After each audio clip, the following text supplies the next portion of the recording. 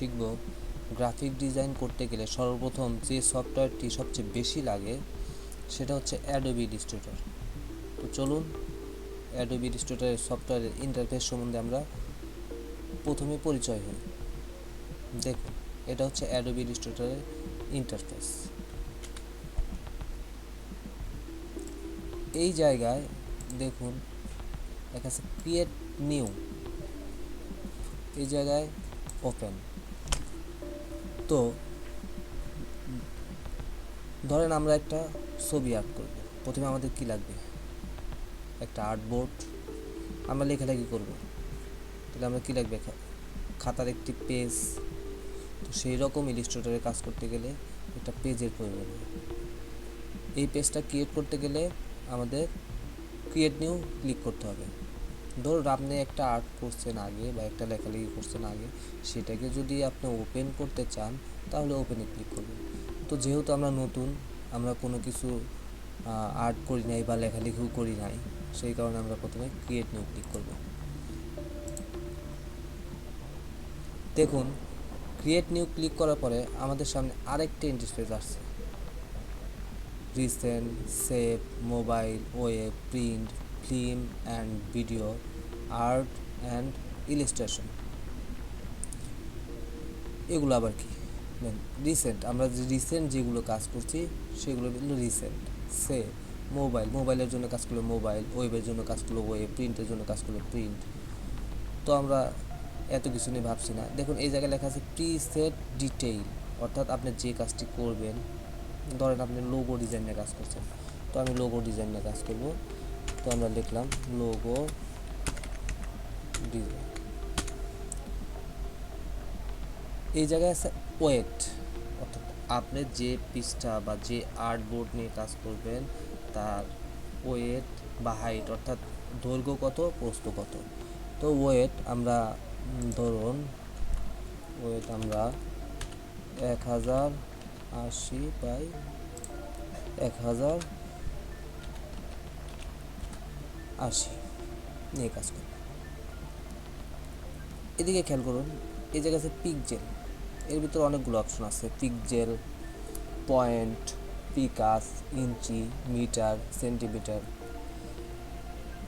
তো যে যেভাবে কাজ করে, কেউ ইঞ্চিতে কাজ করতে কমফোর্ট করে, কেউ সেন্টিমিটার, কেউ মিটার, কেউ পিক্সেল।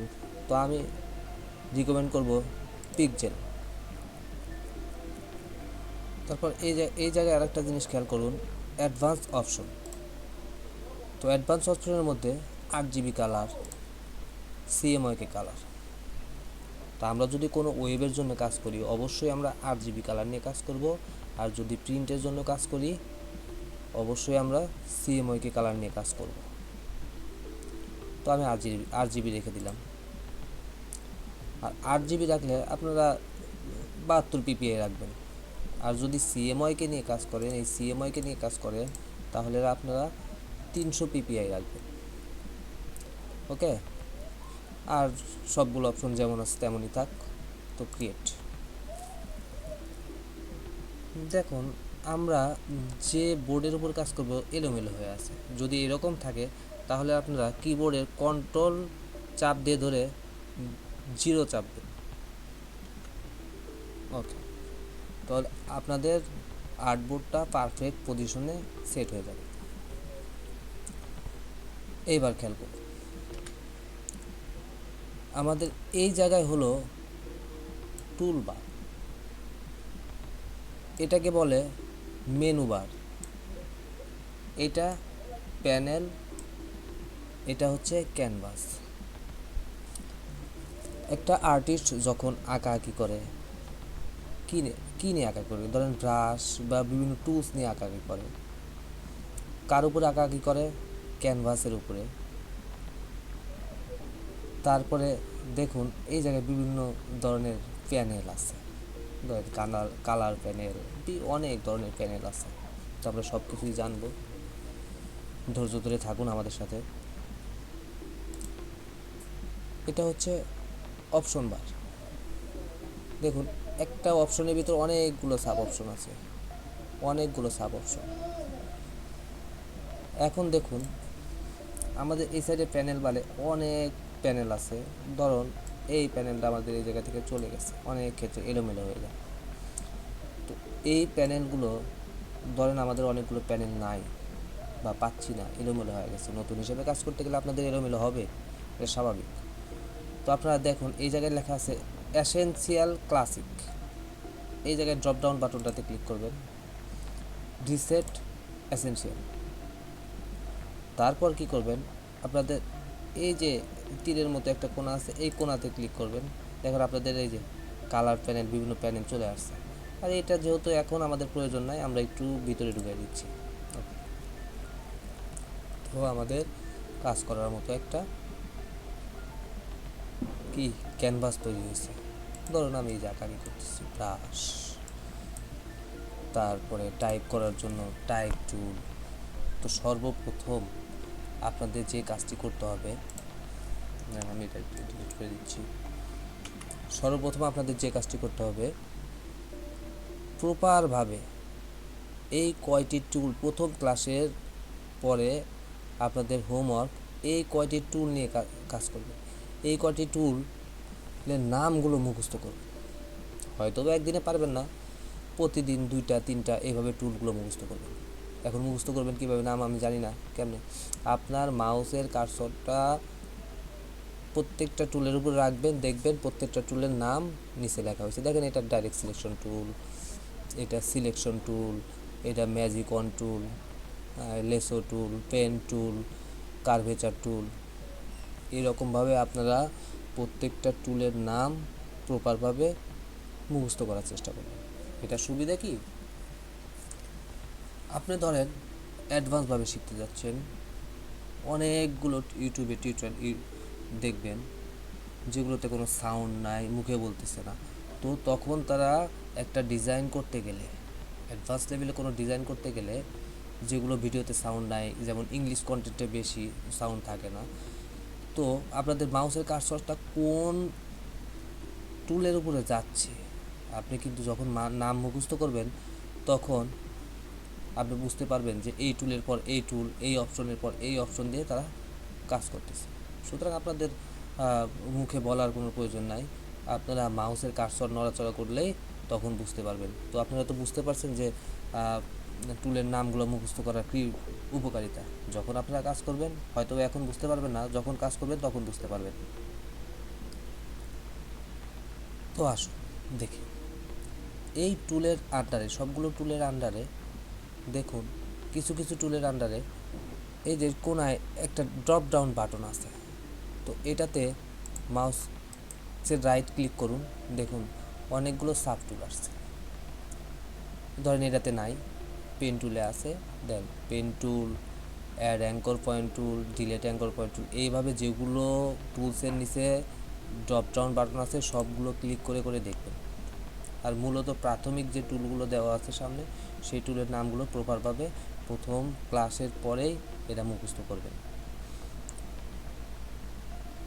আচ্ছা দেখুন, আজ আমরা 2টো টুল নিয়ে কাজ করি। একটা সিলেকশন টুল, অর্থাৎ যে কোনো কাজ করার ক্ষেত্রে সবচেয়ে বেশি যে টুলটা লাগে সে হচ্ছে সিলেকশন টুল। আজকে এই ক্লাসটা দেখার পরে এই 2টা টুল নিয়ে আপনারা প্রথমে কাজ করবেন, সিলেকশন টুল আর হচ্ছে দেখেন রেক্ট্যাঙ্গেল টুল। অর্থাৎ এই টুল দেখেন, আপনারা যদি মাউসের রাইট ক্লিক করেন অনেকগুলো সাব টুল আছে, দেখেন না শেপ আছে কিনা। অর্থাৎ আমরা ক্লাসে পড়ে আসছি বর্গাকার, বৃত্তাকার, ষড়ভুজ, স্টার, এরকম অনেকগুলো শেপ আছে। ধরেন আপনি একটা পতাকা তৈরি করুন, বাংলাদেশের পতাকা, যেহেতু আমাদের বাংলাদেশ সর্বপ্রথম দেশপ্রেম, তো আমরা একটা পতাকা তৈরি করি। ধরুন আমাদের পতাকার তো প্রথম শেপ এটাই নাকি।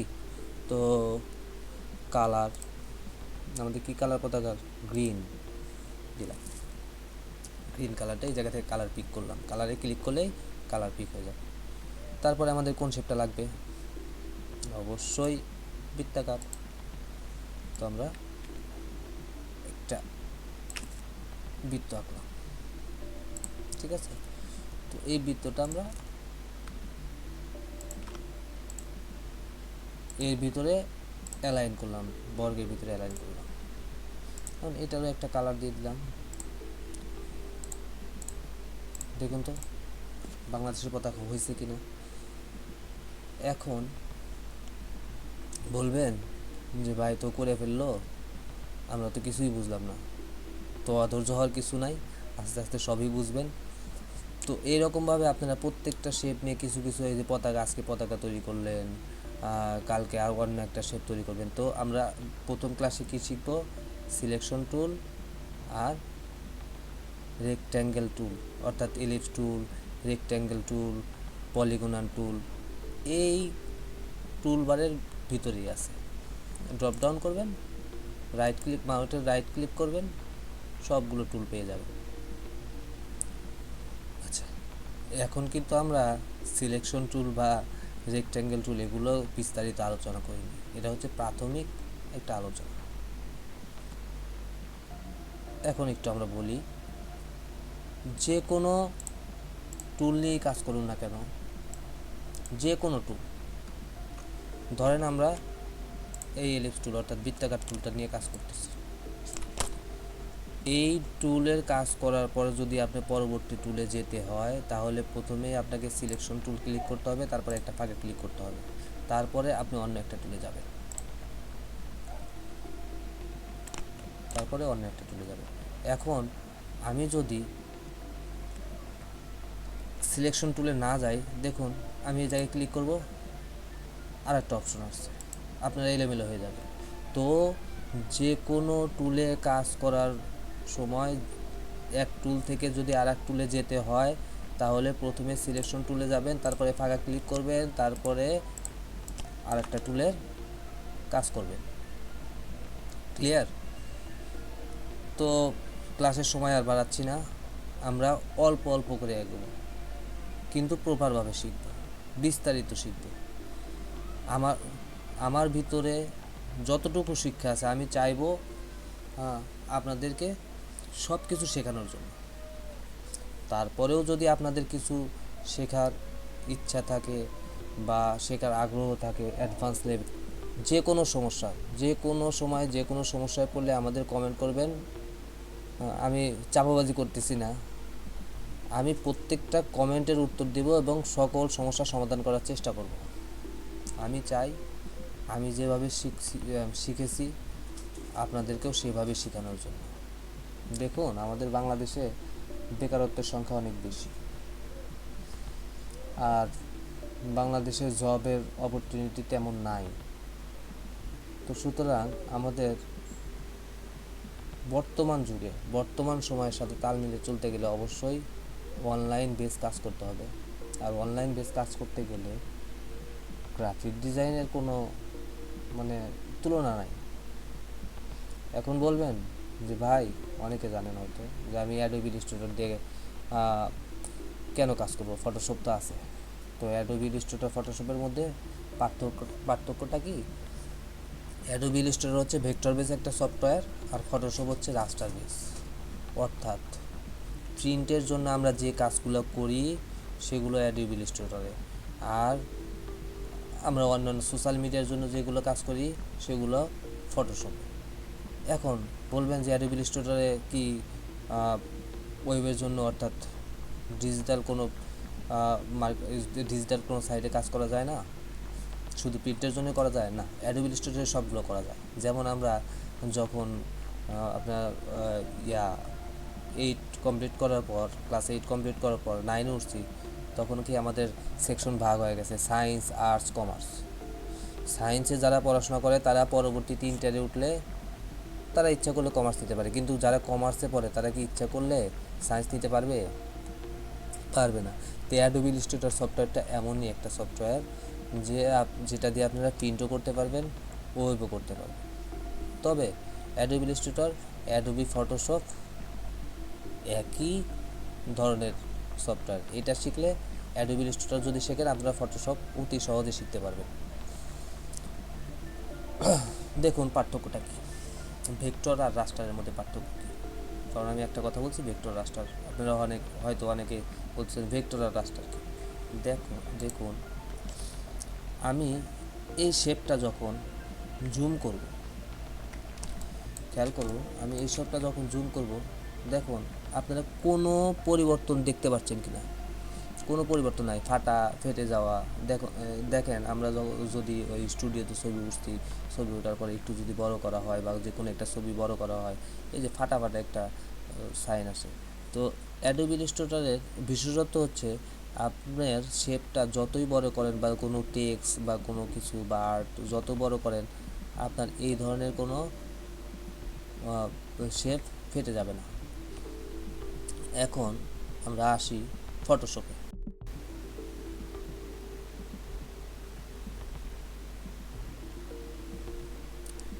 ওকে, এটা হচ্ছে আমাদের ফটোশপ। তো আমরা আগের মতোই ক্রিয়েট নিউ, আমরা সাইজ কম বেশি করলাম না, ক্রিয়েট নিউ। তো আমি একটা টেক্সট লিখতেছি,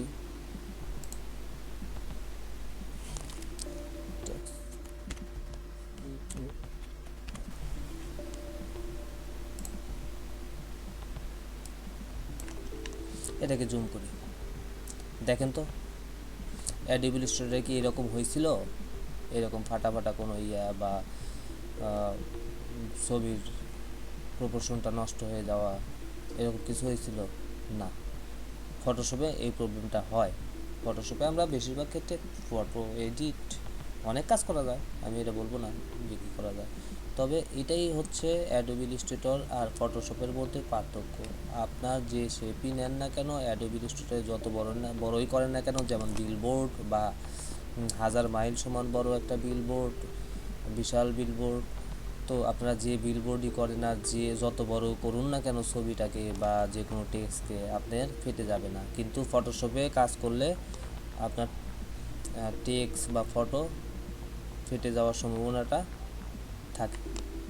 তো আজ আমরা আর কথা বাড়াচ্ছি না, আজ এই পর্যন্তই। আমার কথাগুলো ভালো লাগে তাহলে আমাদের চ্যানেলকে একটু লাইক কমেন্ট শেয়ার করে দেবেন। তো সবাইকে আসসালামু আলাইকুম, সবাই ভালো থাকবেন।